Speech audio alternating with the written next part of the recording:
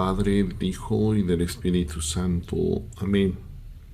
Bendecido día, hermanos, para este 3 de mayo.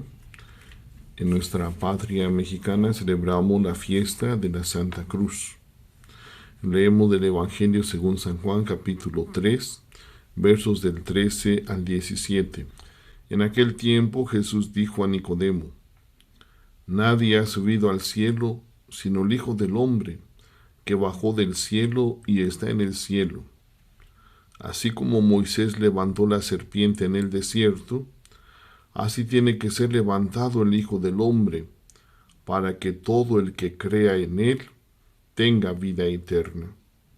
Porque tanto amó Dios al mundo, que le entregó a su Hijo único, para que todo el que crea en él no perezca, sino que tenga vida eterna. Porque Dios no envió a su Hijo para condenar al mundo, sino para que el mundo se salvara por él. Palabra del Señor.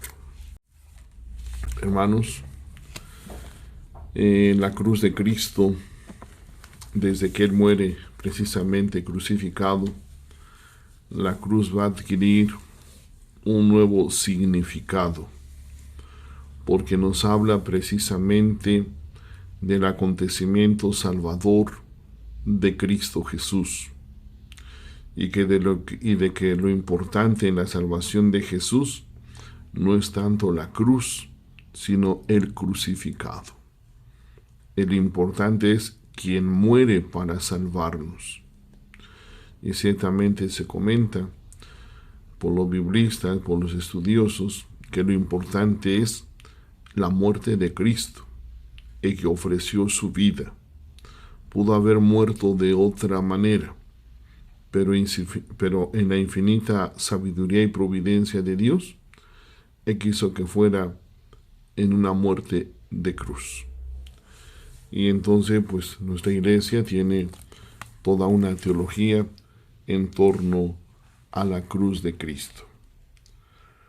Para San Pablo, había recibido de la tradición primitiva que Cristo murió por nuestros pecados, según las Escrituras.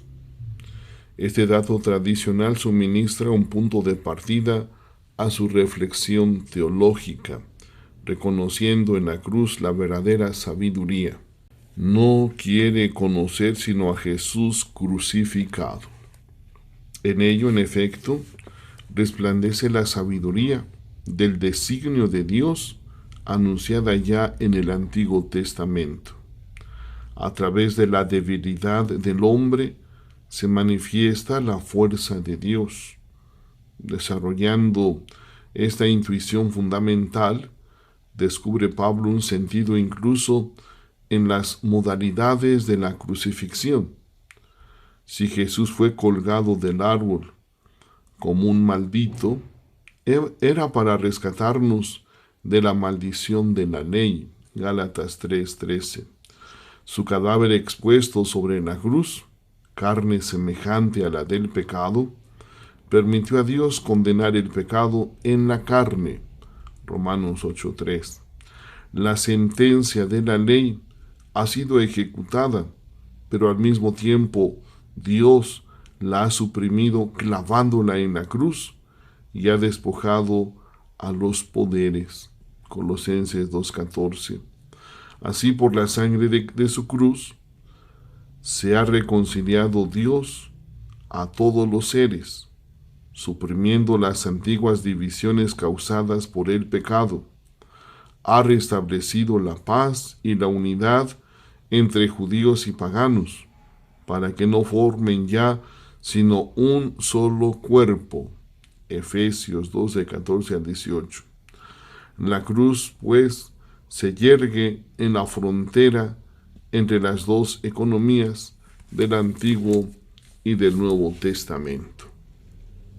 Ciertamente, la cruz pasó a ser el signo del cristiano, signo de victoria, de salvación.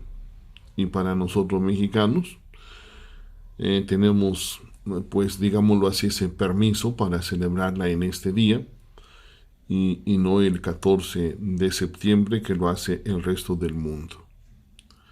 La devoción y el culto a la Santa Cruz se remonta a los primeros cristianos.